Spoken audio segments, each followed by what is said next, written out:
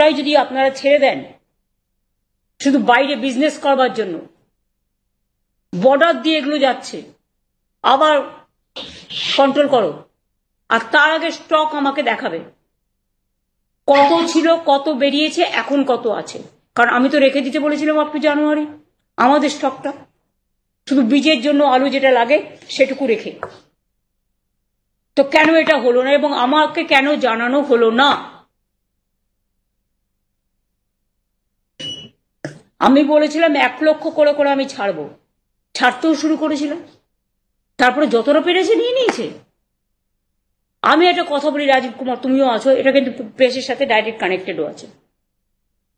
কিছু জিনিস immediate you take care, হয়তো তুমি চেষ্টা করো, কিন্তু local police is not helping. সবাইকে বলছি না, আমি একাংশ। পলিটিক্যাল নেতাদের নামে সবাই বদনাম করে বেশি, 5 টাকা খেলে 500 টাকা বলে দেয় চোর। কিন্তু পলিটিক্যাল নেতারা টাকা খাওয়ার আগে 10 বার ভাবে জনগণের টাকা খাওয়া কি উচিত। তাদের নিজস্ব একটা দায়বদ্ধতাও থাকে। কিন্তু লোয়ার লেভেলে কিছু অফিসার্স, কিছু কর্মী যারা এই গভর্নমেন্টকে ভালোবাসে না, এবং তোমার পুলিশেরও কিছু লোক, তারা টাকা খেয়ে আজকে বালি চুরি বলো, কয়লা চুরি বলো, সিমেন্ট চুরি বলো, জয়গাঁওতে এত পাথর পড়ে আছে, ভেঙে কেন তোমরা টেন্ডার করছো না? এটা তো এগ্রিকালচার, এটা তো ল্যান্ড ডিপার্টমেন্ট করবে। ল্যান্ড ডিপার্টমেন্ট কি করছে? কেন বসে আছো? Why they are sitting idly, they are sitting quietly? আমি তো পরিষ্কার বলেছিলাম যে যত বালির জায়গা আছে টেন্ডার করে দাও, যত পাথরের জায়গা আছে টেন্ডার করে দাও, যত ইল্লিগাল মাইনিং চলছে আটকে দাও। সিআইএসএফ টাকা খেলেও আমাদের লোকেদের ধরবার অধিকার আছে, এটা মাথায় রাখো। কারণ চুরি হলে তখন বলবে কয়লা চুরি করছে তৃণমূল কংগ্রেস, আর চুরি করবে সিআইএসএফ টাকাকে বা পুলিশের একাংশ টাকাকে, আমি এটা টলারেট করব না। যদি কোনো রাজনৈতিক দলের লোক খায় তার কলার চেপে ধরো, তাকে আইনের পেছে ধরো, আইনত জেলে পাঠাও। এখানে কোনো এক্সকিউজ আমি চাই না। আমার দরকার নেই 1 পয়সা। বারবার আমি বলি, আমার প্রয়োজনে আমি দলের নির্বাচন করবার জন্য আমি লোকের কাছে আঁচল পেতে টাকা নেব। আজ পর্যন্ত বলতে পারবে না আমি কোনো গভর্নমেন্টের কাজে বা কারো কাছ থেকে আমি 1 পয়সা নিয়েছি, কোনো কারণে। অন্য কেউ যদি নিয়ে থাকে তুমি ছাড়বে কেন? কেন ছাড়বে? একই আইন, law must be applied to each and every individual together. There should not be any discrimination.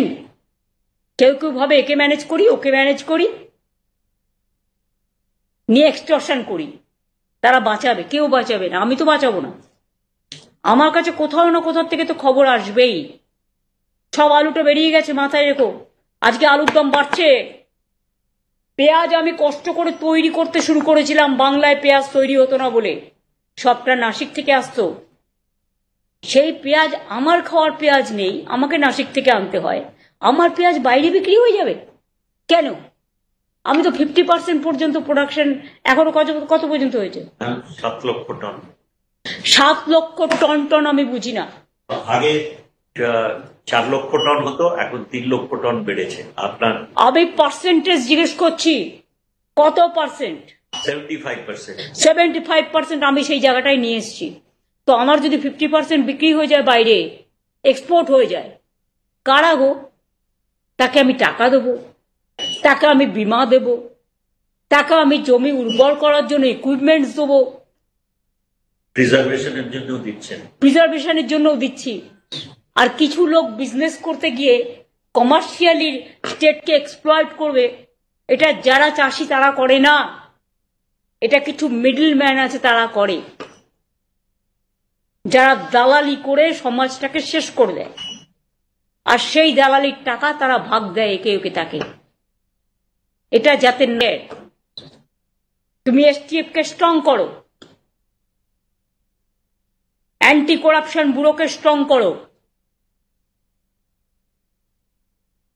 আমি সিআইডি রিসাপেল করব, টোটালটাই। তোমার দায়িত্ব দিচ্ছি, তুমি সমস্ত প্রস্তাব আমায় দেবে। আর যার যার বিরুদ্ধে কমপ্লেন আছে, কমপ্লেন পেলে ক্রস চেক করো। কেউ কেউ মিথ্যে কথা বলেও কমপ্লেন করে। সত্যি যদি প্রবলেমটা জেনুইন হয় তাহলে টেক স্ট্রং অ্যাকশন। কেউ বাধা দেবে না, আর কেউ বাধা দিলে আমি শুনবো না। আমি তো আমার কথাই শুনবো না, মানে আমি নিজের কথা বলছি। আমাকে যদি ক্ষমা না করি তাহলে তোমরা কাকে ভয় পাচ্ছ? কেন শুনছো না? এগ্রিকালচার এবং রুরাল ডেভেলপমেন্ট মিনিস্ট্রিকে শুধু বক্তৃতা দিলে হবে না, কাজ করে দেখাতে হবে।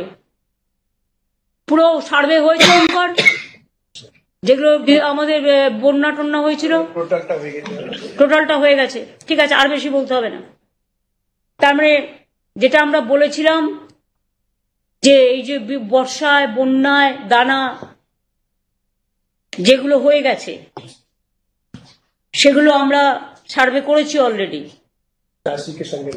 বাংলার চাষিদের সঙ্গে নিয়ে, চাষিদের সঙ্গে নিয়ে।